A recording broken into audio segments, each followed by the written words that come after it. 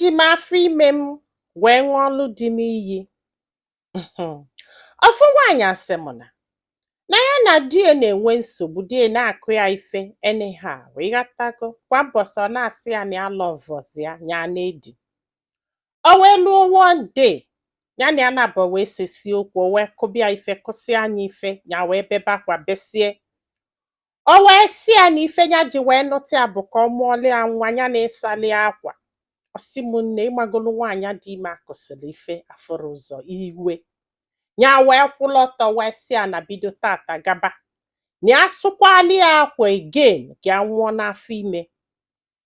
Ka ya ṅụsịrị iyi afọ na ya mesịrị regret bịa na luo tata na ya sụnụlụ di ya akwa. Yes, mana ya mụsigo nwa, kwa ịghọtago, andị na di ya abịago ya ọnya mgbaghalụ, yọsi anya mgbaghalụ, ya kwelụ, mana still na ya dị scared ịsụlụ di ya akwa, which ya chọrọ ịsụlụ akwa.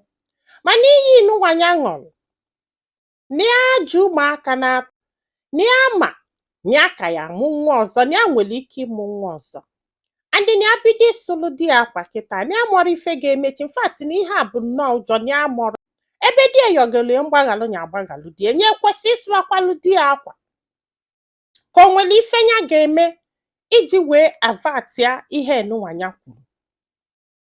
Ike gwụrụ, ihe iwe nwere ike ime dị too much. Ya wesị ka amala ife ndị mmadụ lụ. Nwanne m, kedu ife ilo?